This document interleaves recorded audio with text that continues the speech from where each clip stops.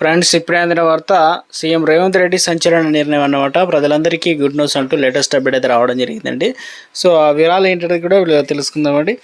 So video చివరి వరకు చూడండి, అర్థమవుతుంది. మరోసారి ఛానల్ చూస్తున్నట్లయితే తప్పకుండా సబ్స్క్రైబ్ చేసుకోండి. చూస్తున్నారు కానీ లైక్ చేయడం మర్చిపోతున్నారు అనమాట. సో వెంటనే లైక్ చేయండి. సో ఇక వివరాలకైతే వెళ్ళిపోదామండి.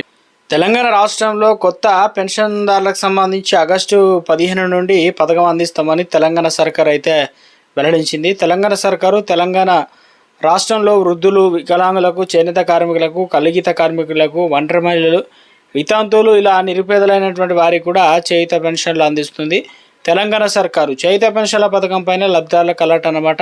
సో ఈ క్రమంలో పెన్షన్ లబ్ధిదారుల విషయంలో కీలక అలర్ట్ అయితే ఇచ్చిందనమాట.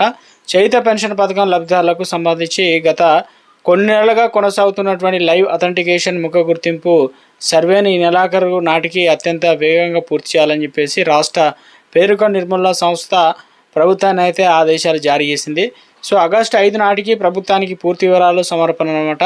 ఇందులో భాగంగానే ముఖ్యంగా తెలంగాణ రాష్ట్రంలో ప్రస్తుతం కొనసాగుతున్న లైవ్ అథెంటికేషన్ ముఖ గుర్తింపు సర్వేకి సంబంధించి పూర్తి వివరాలను సమగ్ర నివేదిక రూపొందించి ఆగస్టు 5 నాటికి ప్రభుత్వానికి సమర్పించాలని తెలియజేసింది.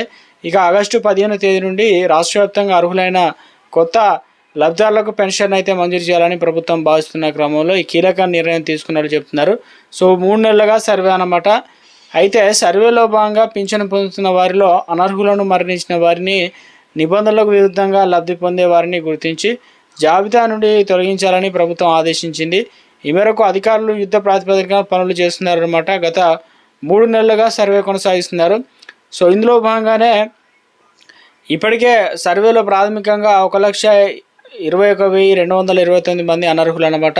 సో రాష్ట్రంలో ఇప్పటివరకు సెర్ఫ్ నిర్వహించినటువంటి ముఖ గుర్తింపు నమోదు సర్వేలో ప్రాథమికంగా 1,21,229 మంది అనర్హులను అధికారులు తేల్చారు. ఆగస్టు 5 వరకు కూడా నిర్వహించే సర్వేలో మరికొంతమందిని కూడా అనర్హులుగా తేలే అవకాశం అయితే ఉంది. త్వరలో వీరిని పూర్తి స్థాయిలో జాబితా నుండి తొలగిస్తారనమాట. సో ఇది ఇలా ఉంటే కొత్త పెన్షన్లు పొందడం కోసం రాష్ట్ర వ్యాప్తంగా కూడా సుమారు 10 లక్షలకు పైగా అర్హులైన వారికి ఇప్పటికే ప్రభుత్వానికి దరఖాస్తు చేసుకున్నారు. వీరిలో అర్హతను పరిశీలించిన అర్హులైన వారికి త్వరలో కొత్త పెన్షన్లు అనేది ఇవ్వనున్నట్లు అప్డేట్ అయితే రావడం జరిగిందన్నమాట.